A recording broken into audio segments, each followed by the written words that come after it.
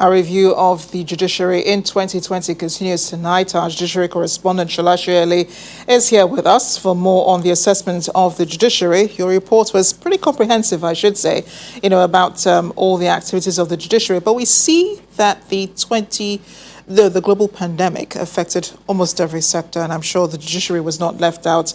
What stood out really was the people resorting to technology to save the day. Was that the case with the judiciary in 2020? Thank you, Marachi. Indeed, that was the case with the judiciary. Depending on who you ask, a lot of lawyers will tell you that, yes, the judiciary rose to the occasion by adopting technology. There has been a concern about the need to use technology. It's in line with global trends, and the judiciary has been slow to adapt to that change. And so a lot of people will say, yes, the pandemic came with all these disruptions, and the judiciary moved on to technology. But some other people will tell you that the judiciary was very slow to move on to technology. For me, I expected that the judiciary would have stuck with technology. I mean, this has been in the works for a long time. We've been talking about the digitization of the courts for a very long time, in line with global trends. And when the pandemic forced us to use technology, we moved on to technology. But surprisingly, a lot of us who thought that the judiciary will stick with technology are disappointed, because after the pandemic, it appeared like... The pandemic isn't over. Yes, it's not over. With the pandemic, I think it seemed like, there was not so much damage. In fact, from some of the reports that we showed on the news tonight, you saw that the courts were still very full. People wore their face masks, but there was no social distancing. So you find that some judges come to court. They're sitting up there. The lawyers and the litigants are sitting there, and they don't mind. They won't complain as long as, they are insulated.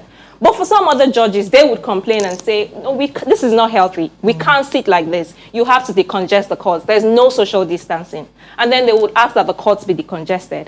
And then, of course, if you're a senior advocate, you can only appear with one person. If your matter is not going on at that moment, then step out so that those whose matters are going on would be heard. And even for us judiciary correspondents too, they would say that, everybody is there representing different media houses. And they would say, limit it to just one person to cover the court proceedings. I remember that in the case of Naira Marley, the Attorney General of Lagos nominated me to cover the proceedings on behalf of all the judiciary correspondents in Lagos State. So I had to share my notes. I had to write in longhand, because for some reasons, the police seized my phone, and I had to write in longhand and share my notes with other judiciary correspondents. But if we had stuck with technology, because the pandemic is not yet over, it's still here. If we had stuck with technology, we could have sat, except for the broadcast journalists, we have to take video shots and all of that. Most people could have stayed in their house and followed the proceedings online.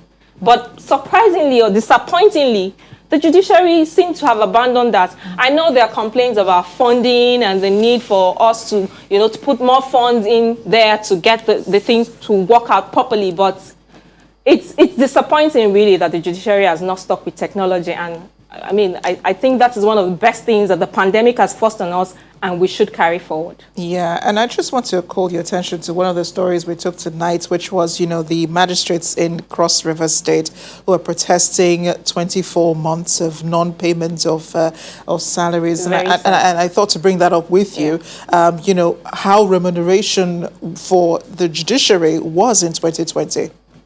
Again, that is another big issue, the issue of funding. The judiciary has been complaining about inadequate funding. Well, at the federal level, it's not so bad, but at the state level, it made the president to sign off on order number 10, for the financial autonomy of the judiciary, but it's still a big issue, and that's what you see playing out in Cross River State.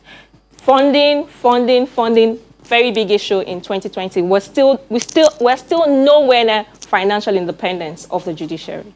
Shola, thank you again for being here tonight. Not very often we get to see you on this side, of the camera, but a great pleasure having you on the set tonight. Thank you.